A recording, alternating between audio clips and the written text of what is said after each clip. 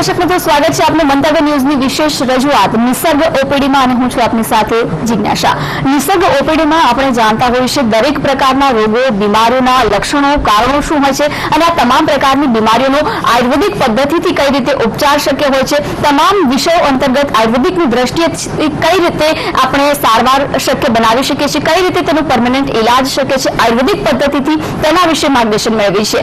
આજે આપણે નિસર્ગ ઓપીડીમાં વાત કરવાના છીએ ગેસ એટલે કે ઓડકારની વાત કરવાના છીએ। નોર્મલી દરેકની લાઈફમાં આ પ્રકારની સમસ્યા જોવા મળતી હોય છે અને નિસર્ગ આયુર્વેદમ અને આયુર્વેદિક પદ્ધતિથી કઈ રીતે આપણે તેનો ઇલાજ કરાવી શકીએ છીએ તે વિશે માર્ગદર્શન મેળવીશું, પરંતુ તે પહેલા જોઈએ આ અહેવાલ। ગેસ ઓડકાર ઓડકારને આયુર્વેદમાં ઉદ્ગાર અને ગેસની તકલીફને આદમાન કે આટોપ તરીકે ઓળખવામાં આવે છે। પેટ ભારે થવું, ગુડગુડાહટ થવી કે પેટમાં ગોળો ચડતો હોય તેવી અનુભૂતિ સાથે ગેસ અને ઓડકાર આવવા એ મોટા ભાગે વાયુદોષથી થતી તકલીફ છે। વાયુદોષથી થતા ઓડકાર ગંધરહિત અને પિત્તથી થતા ઓડકાર ખાટા તીખા હોય છે। કેટલાક લોકોને વાયુ મુખ દ્વારા ઓડકાર સ્વરૂપે અને કેટલાક લોકોને મળ માર્ગ દ્વારા વાછૂટ સ્વરૂપે નીકળે છે। કેટલાક લોકોને પેટમાં ભરાયેલો વાયુ ઉપર કે નીચેના એક પણ માર્ગમાંથી ન નીકળે તો પેટના કે માથાના ભાગે દુખાવો પણ કરે છે। વાસી ખોરાક, જંક ફૂડ, અથાણા, કોલ્ડ ડ્રિંક્સ, આથાવાળી વસ્તુઓનું વધુ પડતું સેવન તકલીફ વધારે છે। હાંડવો, ખમણ, ગાંઠિયા, ફાફડા, ભજીયા, ઇડલી અને બ્રેડ, પાવ વગેરે બેકરી પ્રોડક્ટ વગેરે વાનગીઓ તરત ગેસ કરનાર છે। અતિ ચિંતા, ઉજાગરા, ઉપવાસ, ખાધા પછી પચ્યા વગર ફરીથી ખાવું વગેરે પણ વાયુને વધારીને ગેસનું કારણ બને છે। ભીંડા, કારેલા, કંકોડા, બટાકા વગેરે શાક વાયુ કરનાર છે। મગ, તુવેર સિવાયના બધા જ કઠોળ જેમ કે ચણા, વાલ, વટાણા, ચોળા વગેરે પણ ગેસને વધારે છે। હિંગ, અજમો, સૂંઠ, મેથી, કાળી મરી, રાઈ, લસણ, આદુ, જીરું વગેરે ગરમ મસાલાનો ભોજનમાં છૂટથી ઉપયોગ કરવો। ભોજનના પહેલા કોળિયામાં ભાત અને ઘી સાથે હિંગવાષ્ટક ચૂર્ણ લેવું। 1 ચમચી શેકેલો અજમો અને અડધી ચમચી સિંધવ જમ્યા પછી ચાવી જવું। વૈદ્યની સલાહ અનુસાર નિસર્ગના અગ્નિતુંડી વટી, ચિત્રકાદી વટી વગેરે ઔષધ લેવા। અતિ વધેલા રોગમાં વૈદ્યની સલાહ અનુસાર વિરેચન, બસ્તી આદિ પંચકર્મ કરાવવા। તો આ અહેવાલમાં આપણે જોયું કે કઈ રીતે ગેસ અને ઓડકાર થવા પાછળના કયા કારણો જવાબદાર હોય છે અને કઈ રીતે આયુર્વેદિક પદ્ધતિમાં તેનો ઉપચાર શક્ય છે, અને આ જ વિષય અંતર્ગત વધુ માર્ગદર્શન મેળવવા માટે આપણી સાથે સ્ટુડિયોમાં ઉપસ્થિત છે નિસર્ગ આયુર્વેદમાંથી વૈદ્ય રાજેશ ઠક્કર। વૈદ્ય, સ્ટુડિયોમાં આપનું સ્વાગત છે। નમસ્કાર દર્શક મિત્રો, નિસર્ગ આયુર્વેદમ જે ગુજરાતની સૌપ્રથમ રજિસ્ટર્ડ મલ્ટી સ્પેશિયાલિટી આયુર્વેદિક હોસ્પિટલ છે જે અમદાવાદના શિવગંજની વિસ્તારમાં આવેલ છે। આ સિવાય પણ તેની અલગ અલગ ફ્રેન્ચાઇઝી છે જેની પણ આપ મુલાકાત લઈ શકો છો। આ સાથે જ દર્શક મિત્રો, આપને પણ કોઈ પણ પ્રકારના પ્રશ્નો મૂંઝવી રહ્યા છે જેનું આપ માર્ગદર્શન મેળવવા માંગો છો તો ટીવી સ્ક્રીન પર દેખાઈ રહેલ નંબર પર ફોન કરીને આપના પ્રશ્નો અંગે માર્ગદર્શન મેળવી શકો છો। માર્ગદર્શન આપશે વૈદ્ય રાજેશ ઠક્કર। વૈદ્ય, સૌથી પહેલા ગેસ અને ઓડકારની આજે આપણે વાત કરી રહ્યા છીએ। નોર્મલી ઉપચાર તરફ આપણે આગળ વધીએ તે પહેલા કારણો કયા કયા જવાબદાર હોય છે? સામાન્ય રીતે ગેસ અને ઓડકાર એક એવી તકલીફ છે, પેટમાં ગોળો ભરાતો હોય, ઓડકાર આવતા હોય, એકદમ ગંધરહિત ઓડકાર આવતા હોય, કેટલાક લોકોને તો અવાજ સાથે એકદમ મોટા ઓડકાર આવતા હોય, નીચેથી અપાન પ્રવૃત્તિ જે વધારે થતી હોય અને કહીએ આપણે સામાન્ય રીતે દેશી ભાષામાં વાછૂટ થાય છે તો એ પણ તકલીફ થતી હોય। આ એવી વસ્તુ છે કે મોટા ભાગે કોઈક ને કોઈક વ્યક્તિ એવી છે કે જે ક્યારેક ને ક્યારેક તો આમાંથી પાસ થયેલી જ હોય છે, તો એ એને કઈ રીતે નિરાકરણ કરી શકીએ, એના કારણો શું હોય છે એની આપણે ચર્ચા કરી રહ્યા છીએ। તો કોલર મિત્ર આપણા સાથે જોડાયા છે। જી, આપનું નામ અને આપનો પ્રશ્ન જણાવશો। હા, આપનો સવાલ શું છે? રાજેશભાઈ, આપણે મારા વાઇફને ગેસનો પ્રોબ્લેમ છે છેલ્લા 2 વર્ષથી. બરાબર. અને ખોટા ઓડકાર આવે છે. બરાબર. એના માટે શું કરવું? હા, એટલે ઓડકાર એમનેમ જ સ્મેલ રહિત આવે છે કે ખાટા કે તીખા કે એવા હોય છે? સ્મેલ આવે છે. ઓકે, અને અવાજ સાથે આવે છે? બહુ જ જોરથી અવાજ સાથે આવે છે? ના, મીડિયમ અવાજ ઓકે, સાથે. સારું. અને એમને કબજિયાતની અસર છે? હા, કબજિયાત રહે છે. સારું. તો આમાં 2 વસ્તુ હું સૂચવું છું એમને કે ભોજન પહેલા એક હિંગવાષ્ટક ચૂર્ણ નામનું ઔષધ આવે છે. તો હિંગવાષ્ટક ચૂર્ણની 1 ચમચી લેવાની છે, 1 કોળિયો ભાત લેવાનો છે અને 1 ચમચી ઘી નાખવાનું છે. અને ભોજનના પહેલા કોળિયામાં બધું મિશ્ર કરી અને લઈ લેવાનું છે. જો સાંજે તમે ભાત ન બનાવતા હોય તો ખીચડી અને થોડું શાકભાજીનો રસો હોય તો એ પણ તમે ત્યાં ઉમેરી શકો છો. અને એની સાથે સાથે હિંગવાષ્ટક ચૂર્ણ છે 1 ચમચી લેવાનું છે. ભોજનના પહેલા કોળિયામાં લેવાથી આ અપાન વાયુની વિકૃતિ છે અને અપાન વાયુની વિકૃતિ ભોજનના પ્રથમ ગ્રાસે એટલે ઔષધ લેવાના જે 15 કાર્ડ કીધા છે તો એમાં આ લેવાથી અપાન વિકૃતિ તરત એનું નિરાકરણ આવે છે. જમ્યા પછી એમને ચિત્રકાદી વટી આ નામનું ઔષધ છે 2 ગોળી જમ્યા પછી ચૂસવાની છે. રાત્રે સૂતી વખતે ગંધર્વ હરિતકી ચૂર્ણ એનું 1 ચમચી પાવડર છે એ રાત્રે સૂતી વખતે લેવાનો છે. નિયમિત રીતે ઔષધો લેવા જોઈએ. આથો આવેલી વસ્તુઓ વાસી ખોરાકનો ત્યાગ કરવો જોઈએ. જી બિલકુલ ભાઈ, ખૂબ સરસ માર્ગદર્શન આપને આપ્યું છે. જે ઔષધો આપને સૂચવ્યા છે એ આપ નિસર્ગ આયુર્વેદમમાંથી કુરિયર દ્વારા મંગાવી શકો છો અથવા આપ નિસર્ગ આયુર્વેદમની રૂબરૂ મુલાકાત પણ લઈ શકો છો. ભાઈ, કારણો કયા જવાબદાર હોય છે? હા, સામાન્ય રીતે વાસી ખોરાક જે છે વધારે પડતા કઠોળ છે. સામાન્ય રીતે કેટલાક જૈન ધર્મોમાં કેટલીક પરિસ્થિતિ એવી હોય ચાતુર્માસ દરમિયાન કઠોળ ખાવાની વધારે હોય પેલું હોય છે, જરૂરિયાત હોય છે ધાર્મિક રીતે અને બધી રીતે. તો એ સમયે કઠોળ પોતે પણ એક વાયુને વધારનાર છે. એટલે વિશેષ કરીને કેટલાક કઠોળ ખૂબ વાયુ વધારે છે. વાલ છે, ચણા છે, વટાણા છે, ચોળા છે, આ બધી વસ્તુ, લીલી તુવેર છે. તો આ બધી જ વસ્તુઓ જે છે એ વાયુને ખૂબ વધારનાર છે. જે લોકોને તકલીફ થયેલી હોય એને વધવાનું કારણ બને છે. કદાચ ન હોય તો એને કેટલાક લોકોને પાચન શક્તિ સારી હોય તો એ પછી પણ જતું હોય છે. એ સિવાય છે આપણે આથો આવેલી વસ્તુ છે, ખમણ છે, હાંડવો છે, ઢોકળા છે, ઇડલી છે કે જેમાં થોડુંક અમથું અનાજ અથવા કોઈ એવું બીજું દ્રવ્ય છે એની સાથે ખટાશ મિક્સ થાય છે એટલે કીણવો તૈયાર થાય. કીણવા તૈયાર થતું હોય તે સૌથી વધારે વાયુને વધારનાર બને. કેમ કે આટલી માત્રામાં હતું અને ફૂલીને પછી આટલું થયું અને જે આથો આવેલી વસ્તુ છે સૌથી વધારે ગેસ કરનાર બને છે. તો એવી વસ્તુઓનો આ રોગના દર્દીએ ત્યાગ કરવો જોઈએ. જી બિલકુલ. હવે જે આપણે વાત કરી કે આથો આવેલી વસ્તુઓ ન ખાવી જોઈએ, પરંતુ અતિ ચિંતા કે પછી ઉજાગરા, ઉપવાસ, આ બધા કારણો કેટલા અંશે જવાબદાર હોય છે? હા, જેમ શારીરિક કારણો જવાબદાર છે એમ માનસિક કારણો પણ જવાબદાર છે.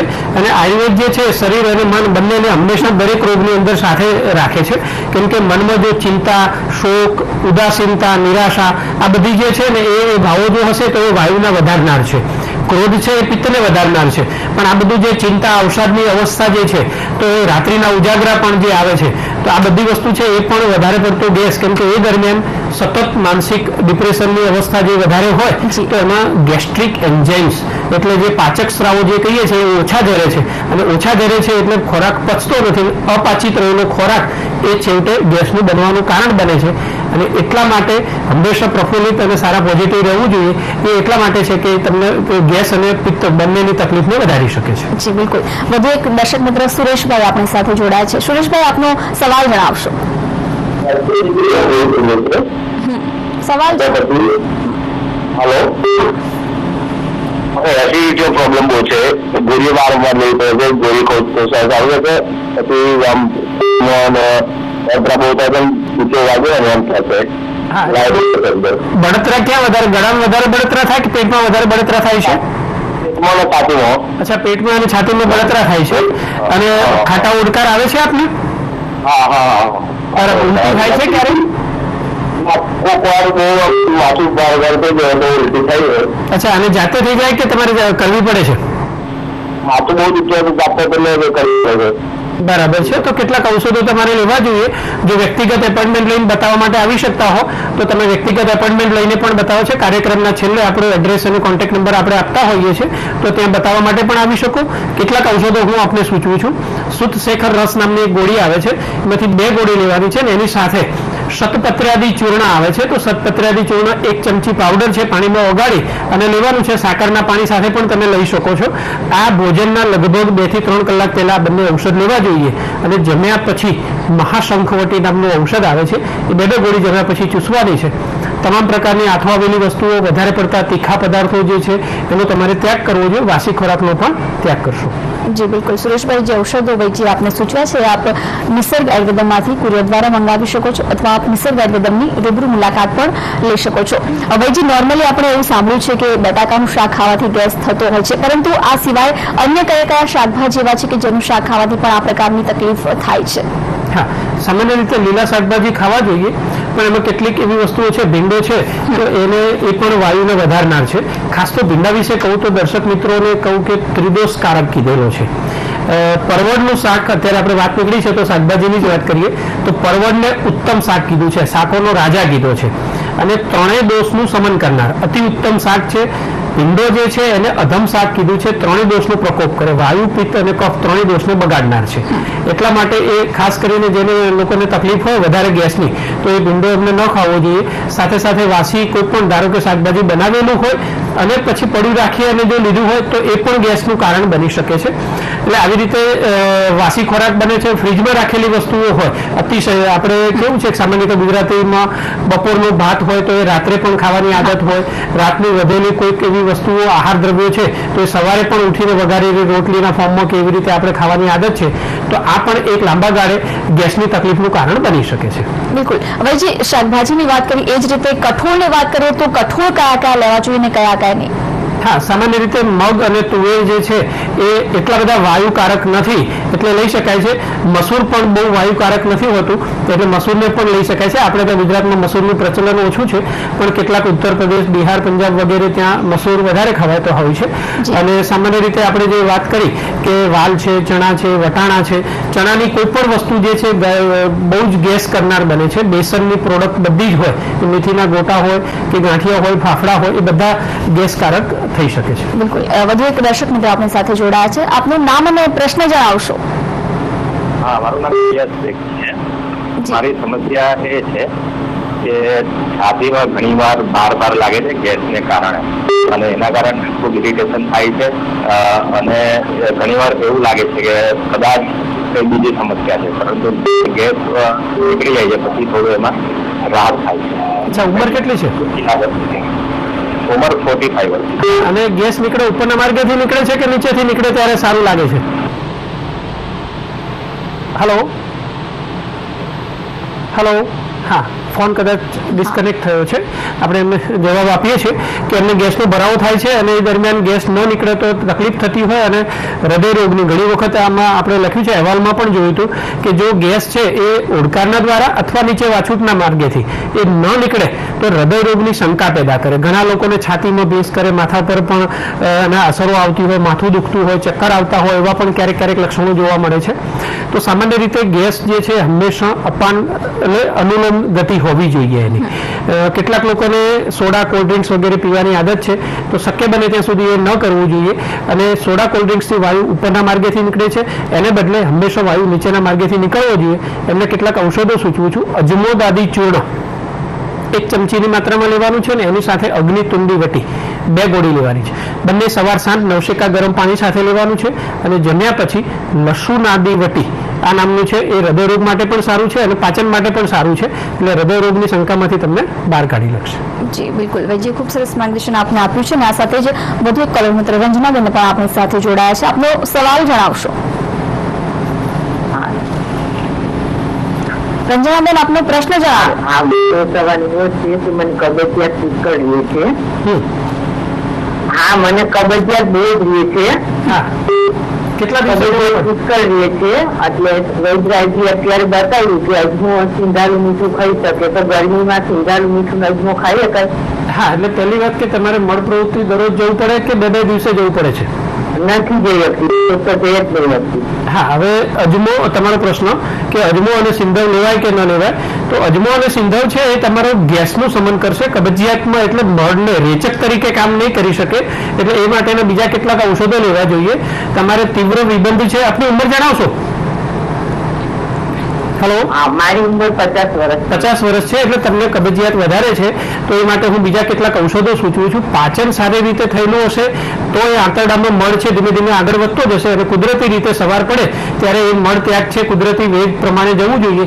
પણ એ તમારે તકલીફ થાય છે તો એના માટે પાચન સિસ્ટમને સુધારવી જરૂરી છે. તમારે ખાલી પેટે એટલે ભોજનના લગભગ 2 થી 3 કલાક પહેલા આમ પાચન વટીની 2 ગોળી અને એની સાથે સાથે શિવાક્ષાર પાચન ચૂર્ણ છે એનું 1 ચમચીની માત્રામાં તમારે લેવું જોઈએ.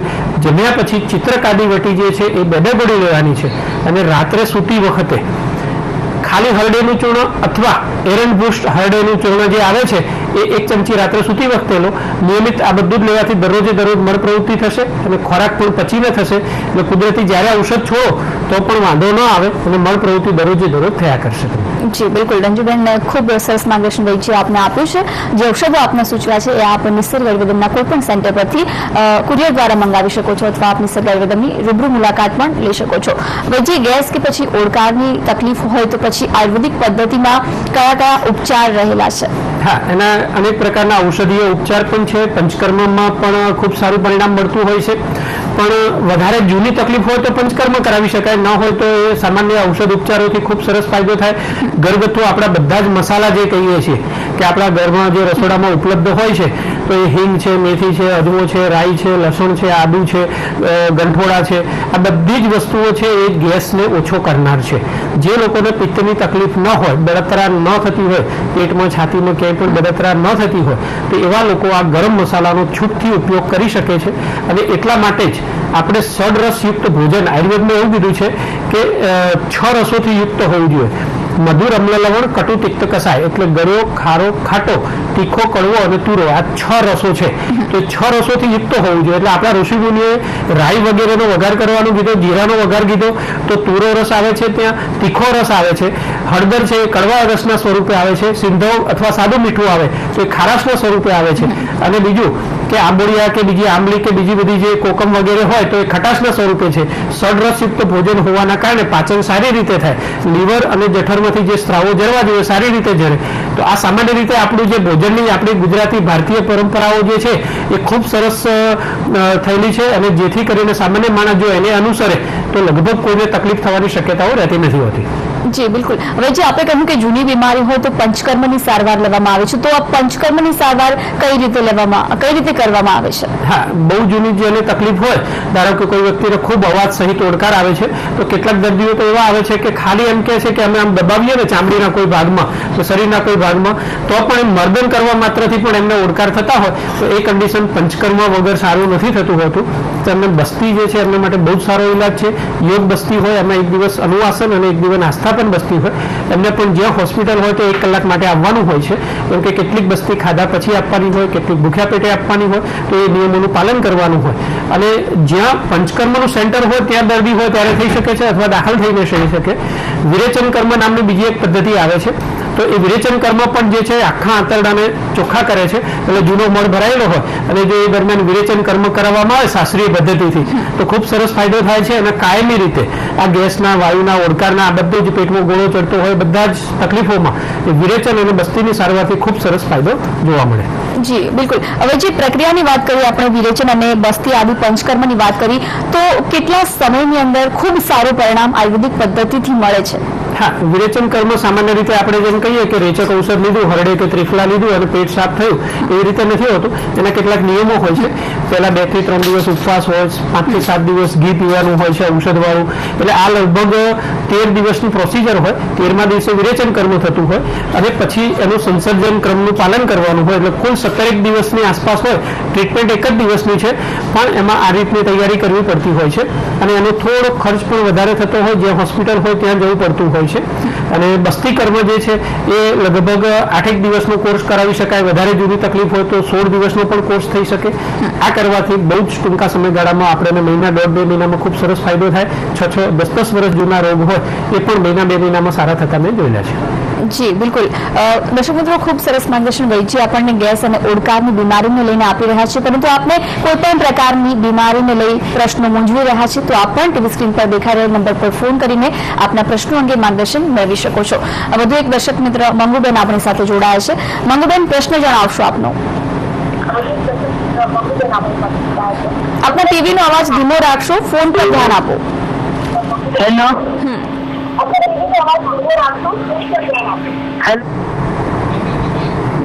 સંપર્ક કપાઈ ચૂક્યો છે. દર્શક મિત્રોને એક વિનંતી કરવામાં આવી છે, જ્યારે આપ માર્ગદર્શન માટે ફોન કરો છો ત્યારે ફોન પર ધ્યાન આપો, જેના કારણે આપનો પ્રશ્ન સરળતાથી સંભળાઈ શકશે, તો આપને પણ ખૂબ સરસ માર્ગદર્શન મળી શકશે. હવે ઔષધની વાત કરીએ આપણે, તો આયુર્વેદિક પદ્ધતિમાં કહેવાય છે કે નોર્મલી આપણે કોઈ પણ બીજી ટ્રીટમેન્ટ લેતા હોઈએ છીએ ત્યારે થોડાક સમય માટે સારું થઈ જતું હોય છે, પરંતુ એ બીમારી ફરીથી પણ ઉથલો મારતી હોય છે અથવા પેદા થતી હોય છે. પરંતુ આયુર્વેદિક એવી પદ્ધતિ છે કે જેમાં આપણે તેનું ચોક્કસથી નિરાકરણ લાવી શકીએ છીએ. આ જ રીતે ગેસ અને ઓડકારની વાત કરીએ તો કયા એવા ઔષધિઓ છે કે જેના કારણે આપણે સંપૂર્ણપણે આ બીમારીથી મુક્ત થઈ શકીએ છીએ?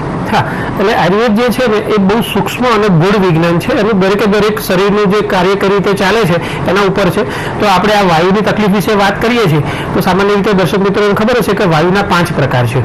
તો ઉદાન વાયુ છે, સમાન વાયુ છે, અપાન વાયુ છે, તો એવી રીતે અલગ અલગ વ્યાન વાયુ છે. તો એ વાયુ જે વાયુ બગડ્યો હોય અને અનુલક્ષીને થતું હોય, તો કેટલીક વ્યક્તિને સાંજના સમયે જે વધારે ઓડકાર આવતા હોય તો એ અપાન દૃષ્ટિનું કારણ હોઈ શકે.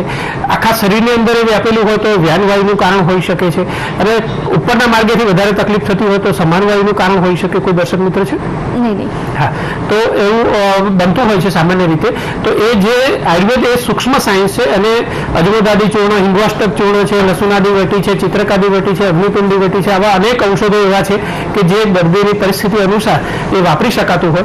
ખાલી સામાન્ય જો ગેસ થતો હોય તો શેકેલો અજમો અડધીથી 1 ચમચી જેટલો અને અડધી ચમચી જેટલો સિંધવ છે એ મિશ્ર કરી અને ખાધા પછી જો કોઈ વ્યક્તિ લે તો એને ખૂબ સરસ ફાયદો થતો હોય છે. સામાન્ય રીતે ગંઠોડાવાળું દૂધ પીવું અથવા જે ચાનો મસાલો સામાન્ય રીતે આવતો હોય છે તો એ પણ દૂધ કે ચા કે કોફી જે પીતા હોય એ થોડો થોડો મસાલો નાખ્યો હોય તો એ પણ એમાં વધારે ફાયદો કરી શકે છે. ઘણા લોકોને જો હિંગ શાકભાજી વઘારવામાં હિંગનો પણ જો ઉપયોગ કરતા હોય તો હિંગ પણ એ ગેસનો તત્કાલ નાશ કરનાર છે, તો હિંગનું પ્રમાણ વધારી શકે. હા, એક દર્શક મિત્ર આપની સાથે જોડાયા છે. જે આપનું નામ અને સવાલ જણાવશો.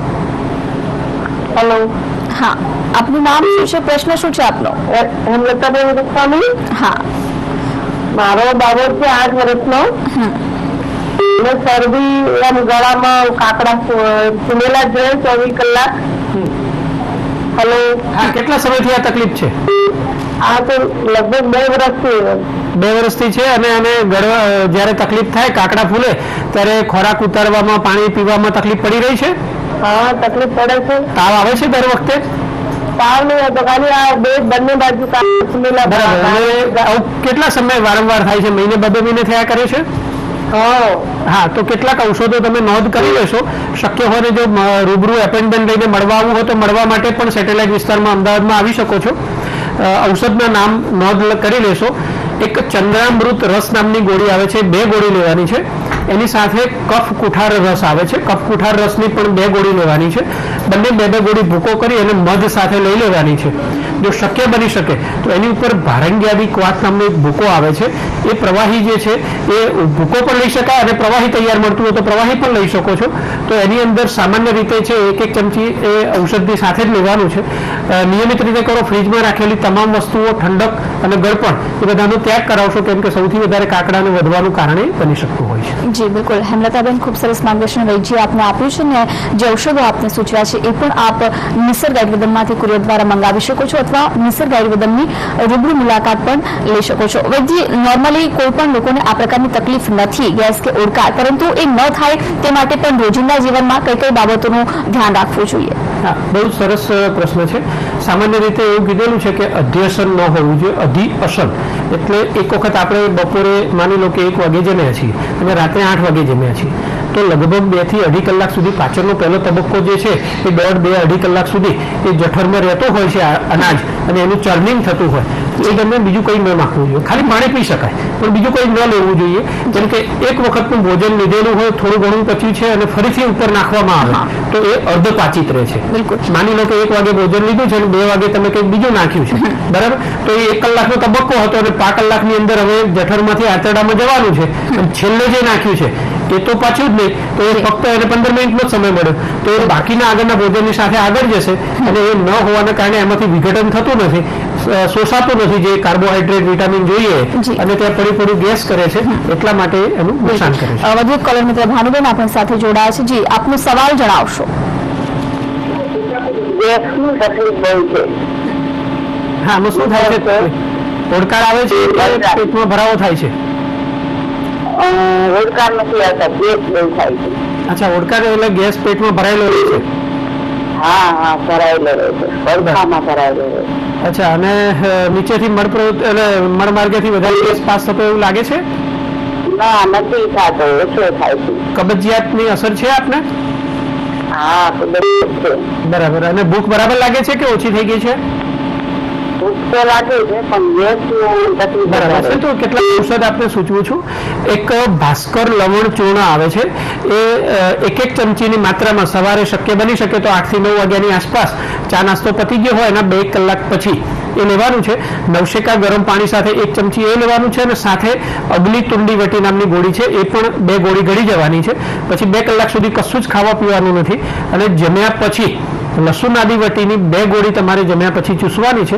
ચૂસવાની ન ભાવે અને તીખાશ લાગતી હોય તો ગળીને પણ તમે લઈ શકો છો અને વાસી ખોરાક અથવા આવેલી વસ્તુઓ એ બધાનો ત્યાગ કરવો જોઈએ. જી બિલકુલ ભાનુબેન, ખૂબ સરસ માર્ગદર્શન વૈદ્ય આપને આપ્યું છે અને જે ઔષધો સૂચવે છે એ પણ આપ નિસર્ગ આયુર્વેદમાંથી કુરિયર દ્વારા મંગાવી શકો છો અથવા રૂબરૂ મુલાકાત પણ લઈ શકો છો. નિસર્ગ ઓપીડીમાં આજે આપણે વાત કરી ગેસ અને ઓડકારની અને કઈ રીતે આયુર્વેદિક પદ્ધતિમાં તેનો ઉપચાર શક્ય છે. ખૂબ સરસ માર્ગદર્શન વૈદ્ય આપણને આપ્યું છે. વૈદ્ય, આપ સ્ટુડિયોમાં ઉપસ્થિત રહ્યા, આભાર આપનો. જય ધન્વંતરી, જય આયુર્વેદ.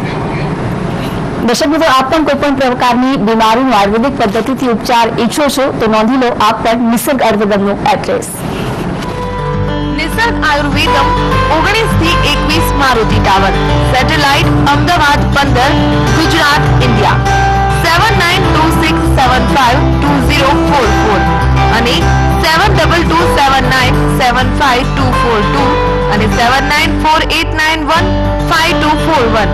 WhatsApp number 7227975241. તો નિસર્ગ ઓપીડીમાં આજે આપણે વાત કરી ગેસ અને ઓડકારની. નવા એક વિષય પર ફરીથી મળીશું. ત્યાં સુધી મને આપશો રજા. નમસ્કાર.